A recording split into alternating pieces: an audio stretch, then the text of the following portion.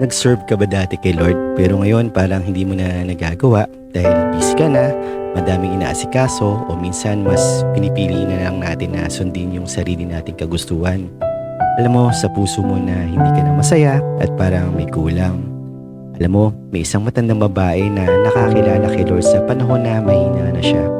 Malapit na sa dulo ng buhay niya.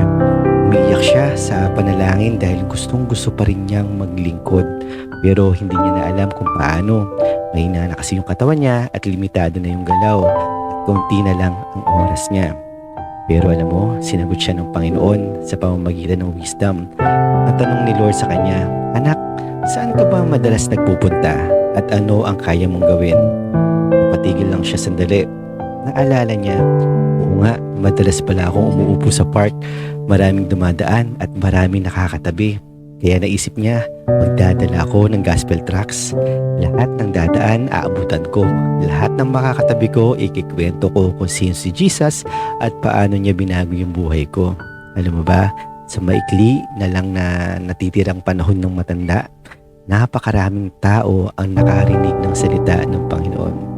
Alam mo kapatid, hindi lang sa loob ng simbahan tayo pwedeng maglingkod.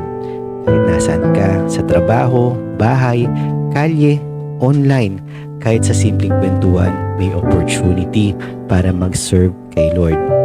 Pero mangyayari lang yan naturally kapag naiintindihan natin kung gaano kalaki ang pagmamahal at sakripisyo niya para sa atin.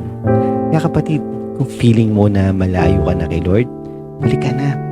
Kung ano man ang pagkukulang mo o kasalanan na nagawa mo, kayang-kaya kanyang patawarin.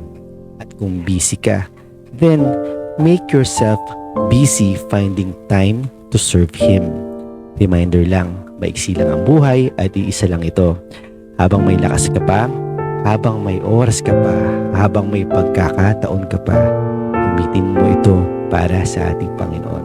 Salamat sa iyong panonood at muli ito si Kuya Paul ng Growing Christ. God bless.